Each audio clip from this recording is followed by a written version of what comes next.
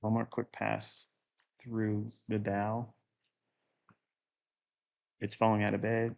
ES, yeah, it's mixed. NQ, and these are continuous contracts, so it's not the delivery contract month of September. So now we're going to go into NQU 2026.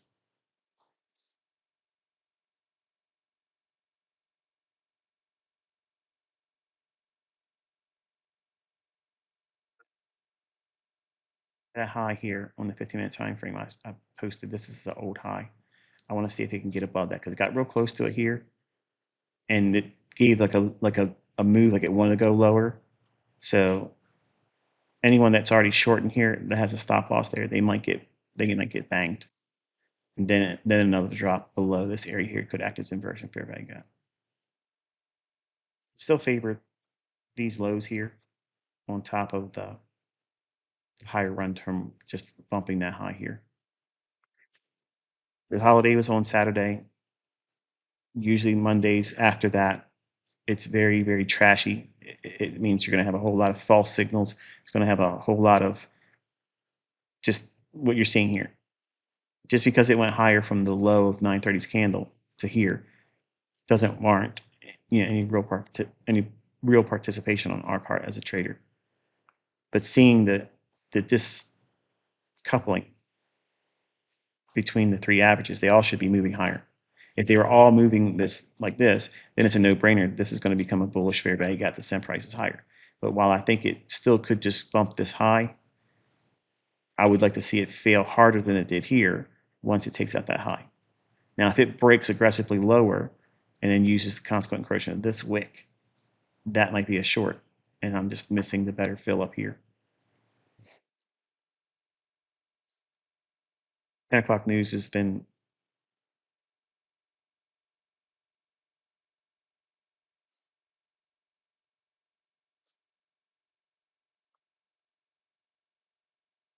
consideration this morning.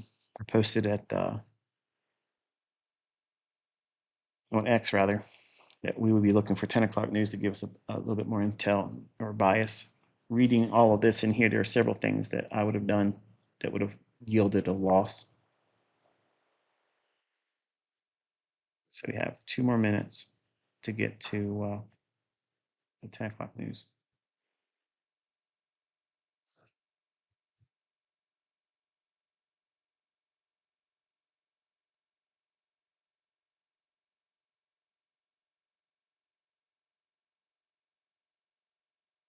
Now, if the 10 o'clock news had already happened and say like this is 10:01, I would be shorting right there. But because we have 10 o'clock news still in the offing, and watch they'll dump it down there, and I won't be I won't be able to capture it at all. Watch this candlestick's halfway point or consequent encroachment level.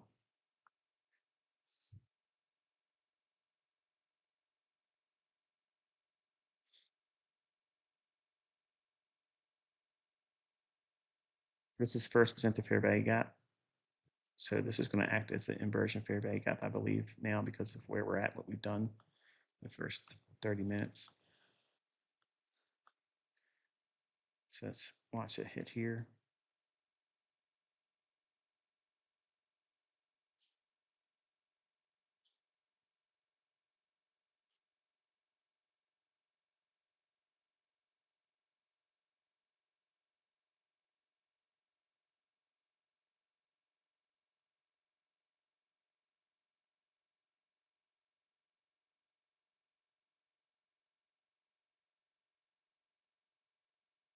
Watching this candlesticks close.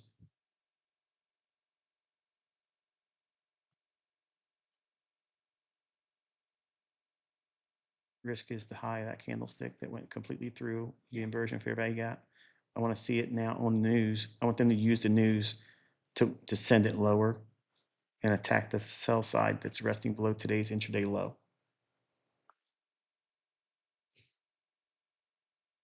So yeah, 10 o'clock news out right now.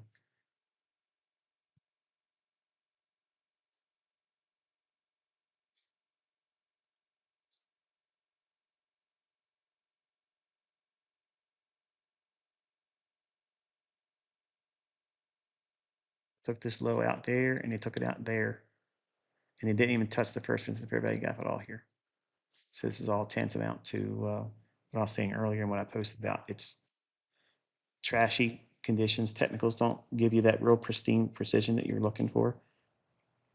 We have a small little gap inside this inversion fair value gap. So we'll see if that wants to, with the volume bounce here to that candlestick's high. If it's going to go lower, it needs to start really mounting a heaviness campaign, go lower. Any more consolidation in here sends us up into this high.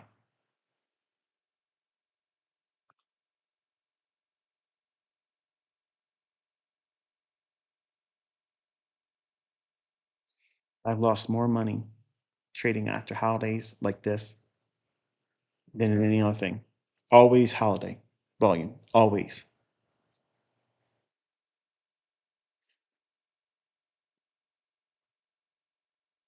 You can see it here.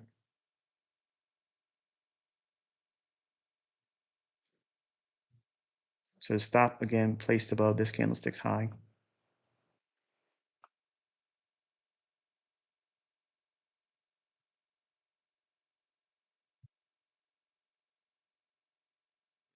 Difficult morning.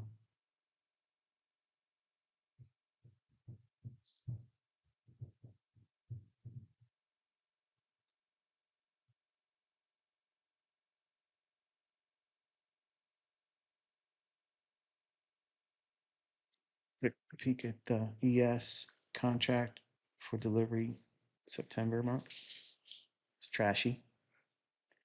YMU2026, really bad. And then back to NQ.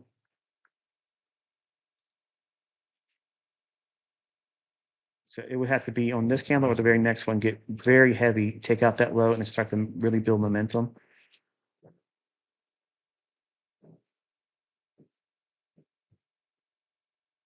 I'm going to bring the stop down just a little bit to that candlestick's high right there.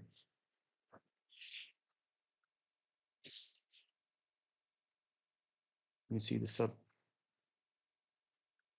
substandard execution on the part of TradingView. Can you imagine if you were saying, okay, I'm going to use the paper trading application of TradingView to test their platform out, see if I'm going to allow them to host my interface with my live brokerage account. And this is the service that you get. Think about that.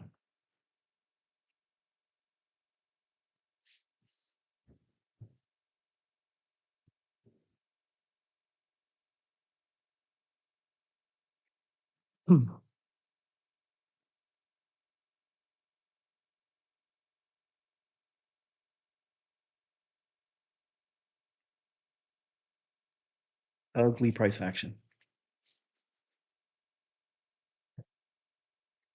Again, it's because we're right in the middle of a 15-minute range, like dead center in the middle, where either side of the range could be explored, the higher end or the lower end. And you know, just based on the fact that we had news at 10 o'clock and we opened up on 9:30 here, we opened, went straight down and then closed higher on the candlestick. Then we went down, didn't take out this low, but look what it did do. This is what I teach. That consequent encroachment, it closed below it. Usually, but this could be not true today because of the holiday volume. Because the holiday occurred on Saturday, Monday's trading can be sloppy price action as it's showing here, just really unruly, not really pristine delivery.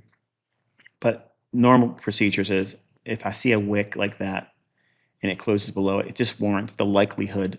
It's more likely that they'll come back for that low because we closed below its halfway point. Okay, so that consequent encroachment is a tip off to me. It's why I like this. I like the fact that we couldn't even bump that high, got real close to it. So at the immediate, we have at least seen them protect this high.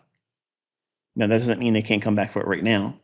It just means that they didn't have enough interest to send it there. Not the buyers. The fact that the market participants are forced to engage with market price, like right now, this is where we're trading at. They can't short it to make it go lower, and buyers can't buy it to make it go higher. And the fact that we were unable to take that high out here that I showed on that 15-minute time frame on the chart on X.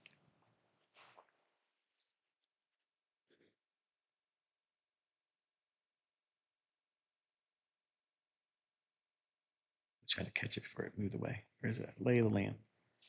So this chart here, this is what we got drawn towards, but we couldn't even bump that high. So that's where that 30,011 and a quarter came from. And we weren't able to do that. So this here, because look how sharp this is. And then we went down, and then the blunt relative equal lows there.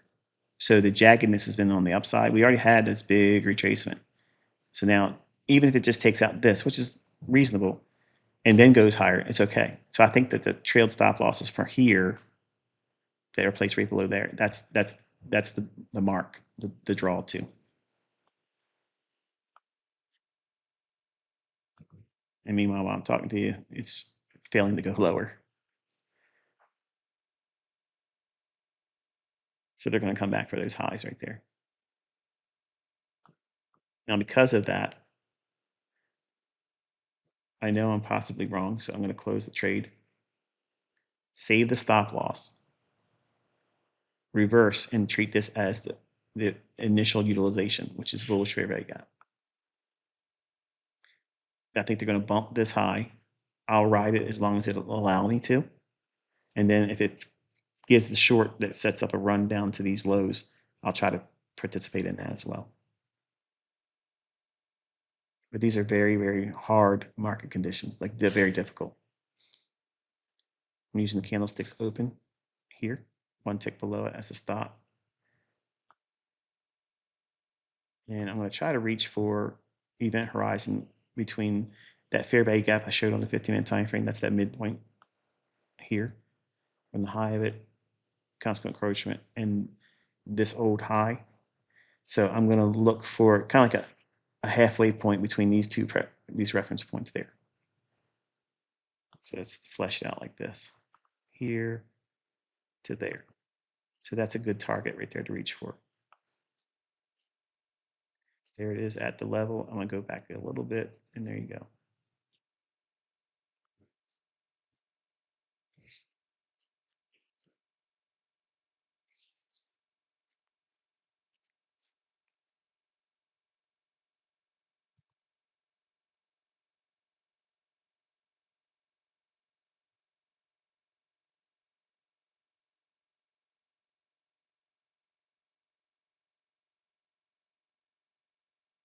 You generally don't want to be taking any trades on a day like today. So you're sitting, you're watching the difficulty of the market providing any, actually this is the, there's that. And this is inversion.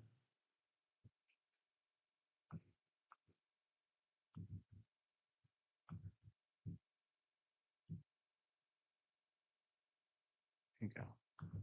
So standard bullish fair value gap. This is reclaimed because it went below here. And then we have this sell side imbalance, buy side inefficiency with the volume imbalance there. Usually that's bearish, but look what it did. It failed to take out that low. It failed to trade and close below its consequent encroachment of that level there. And I'll show you what I mean. Watch. Take this fib, put it here so you can measure. There. See how it didn't close below it? There's the halfway point, which is indicating that this is not going to be bearish. Why I closed the trade when I was short, I bailed on it, protected the stop loss that would have clearly gotten a larger stop out.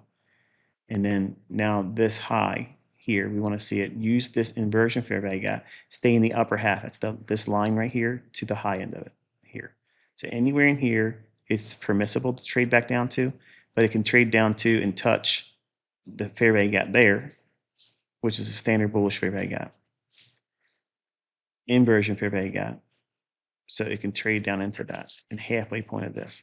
but it needs to only do so on a wick, not leave a body laying down there. If it does that and turns into a wick, next candle, if it opens inside anything above this range here to this candlestick's high, it should immediately draw higher.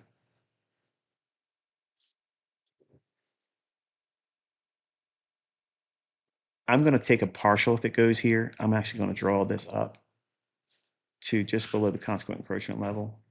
And I'll just prepare myself in the event that it goes to this level. I'll just peel one off, and then I'll take one off and halfway here between that level and that level. And then I'll let the balance run its course. See what it did here? It created as a wick, and we closed above it, and we opened right where I said it should open, above this area. So it needs to really rip and run here.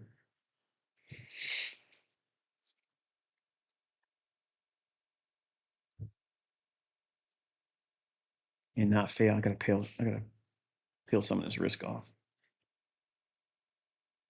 All right. So trading with a discount broker, your commission costs and fees are definitely covered in that. Now watch, you're watching this line right here, right there.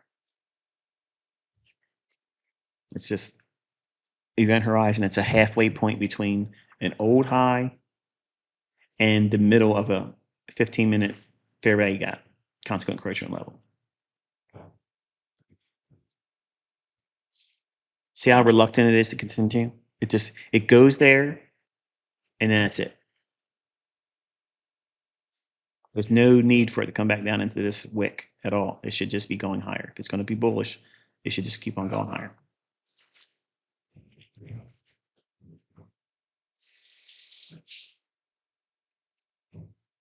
So distracting.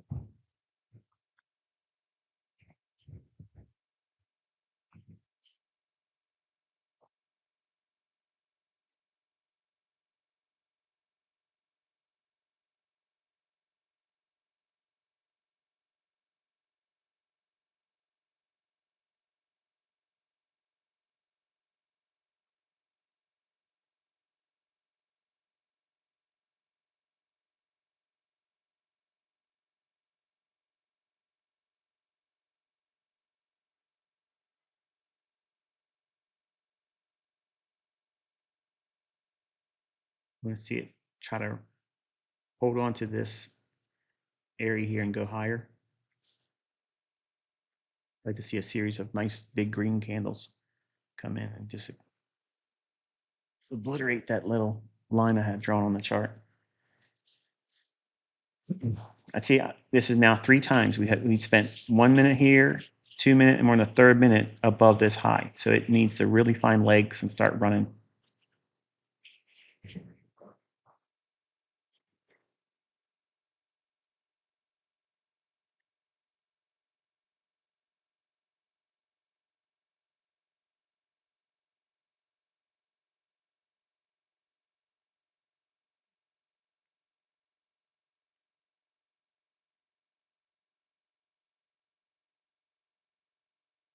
I'm going to take 2 of them off.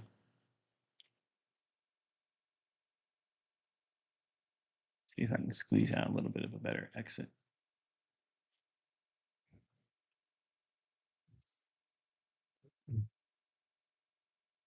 Where you're sitting at, you got the microphone hiding the screen, and I just realized that I'm a little bit farther away, that my voice may not be as loud as it needs to be.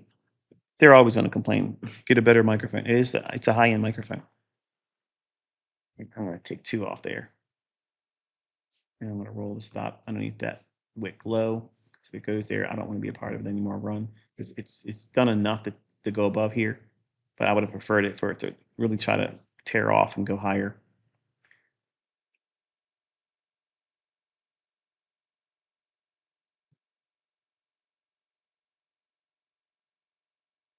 Now it's only have 1 contract left. The target of here, for me to manage that, I have to do either lower the take profit or manually close the position or strangle it with the stop loss. And I'm going to elect to use the stop loss. I'm going to let this be the best case scenario exit for the final contract. But everything will have to be managed through the stop loss if it doesn't stop me out here or the next candle, because it just looks like it's trying several little candles here and only a little bit of movement above it. So about 15 handles of a run above this high. We're at the high of the session today so far from 9:30's candlestick low.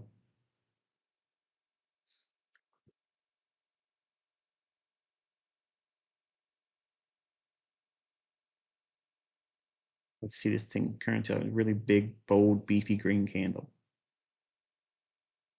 Or this one. It's traded and what started on the candle here.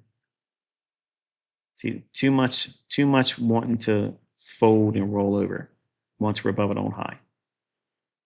So it makes it very difficult. If it was like any other day, I wouldn't be worried about it so much because it's it's typical. But because it's a holiday weekend and we're trading on the first day back, this is the kind of warning signs I was talking about when I posted on X. And before I even did that and talking to you, I said, look, you got to be careful because these days can be rather fickle.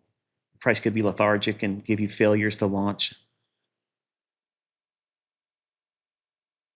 Now, if this candlestick can get above here, I'm going to roll a stop loss right below its wick.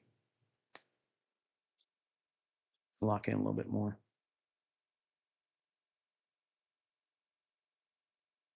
It's going to do it now because it shouldn't come back down there if it's good.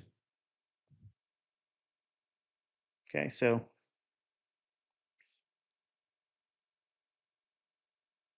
that should have filled the full. Remember, I had all the position exiting just below here. Then I took out two of them, left one for a runner. So we're going to see if I can get a little bit more juice out of this lemon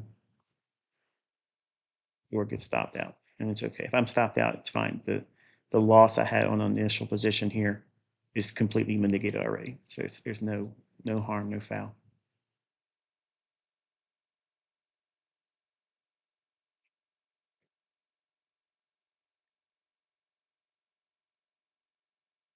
When you see, based on what you've seen with trading and watching price action yourself, and then also sitting with that, can you see the difference between how today's price delivery is by contrast, where I tell you it's low resistance liquidity runs, where it's going to be a nice day, it's going to be really nice technicals, the price is going to be moving around really freely. Can you see the difference between that and what we're seeing today? Oh, absolutely.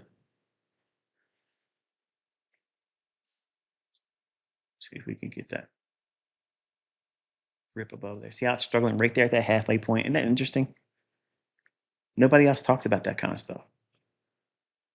I mean, part of me wants to see my stop loss get hit and be done, because just to say, see how strong these levels are?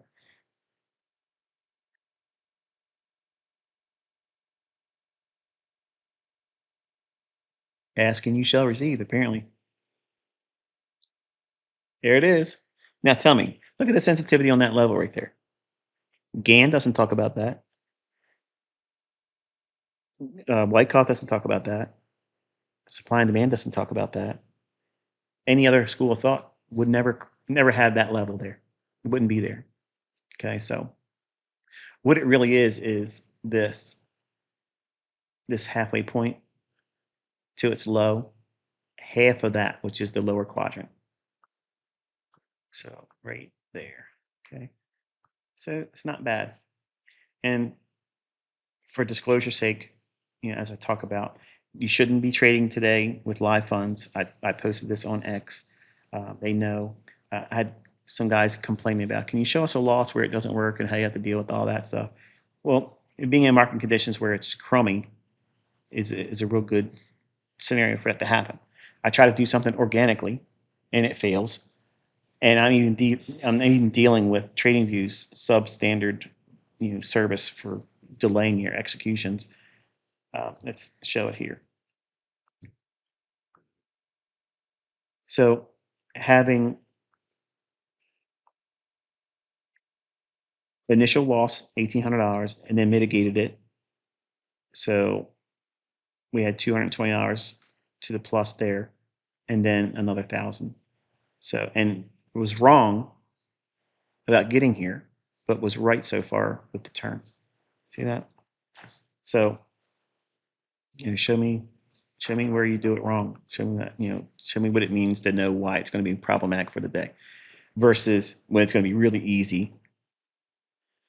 So if you go out to a 15-minute time frame, they'll see the chart I shared where I said it was the lay of the land. So we drew up into this area here, just shallow bump above that. So now I'm gonna grade this, and then we'll close this session out. So here to there, and then we'll add all of the octants. There's the quadrants, and here's the octants. That's just the halfway point between the quadrants. Okay, and that's that. So now we'll look on the 1 minute chart again, and we'll zoom in. So there's that level right there, okay? And I'm going to take this event horizon measurement, which was by hand and just, very, very loosely determined. We're going to zoom in here. Look at the precision of that level. 30,037 and a half was the price, and that's where the body stops and then rolls over. We have a little bit of retracement. So that's enough for me to justify why I do what I do and what I teach. But most importantly, the lecture today was focused on knowing the difficulty that we're up against because it's a day after a weekend holiday. And one could argue, like for instance, I get a lot of the foreign folks that are outside the United States that say, what difference does it make? The market doesn't care because it's a U.S. holiday. And actually, if you look at some of the Americans, they hate our country. So they're like, why would this have any bearing on it? It's a matter of participation.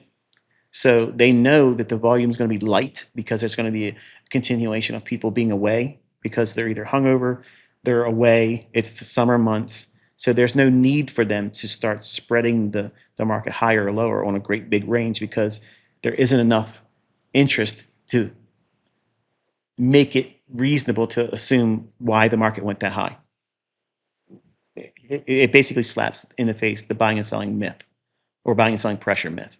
So because there isn't going to be any large participation, and they won't be able to engineer participation because there's a vacuum of interest because everybody's tied up to being elsewhere. So there's no need for them to make the ranges big. And they don't need to have the market to be that precise. So knowing these things going in, it helps you preserve capital. It preserves your ability to be in control of yourself and not go on tilt and wreck yourself and be content with enough. Enough is not trading at all on a day like today. That's the right answer. Do you understand? Yes. All right. I think that's going to be it for today. And next time I'll talk to y'all. I don't know when it'll be, but be safe.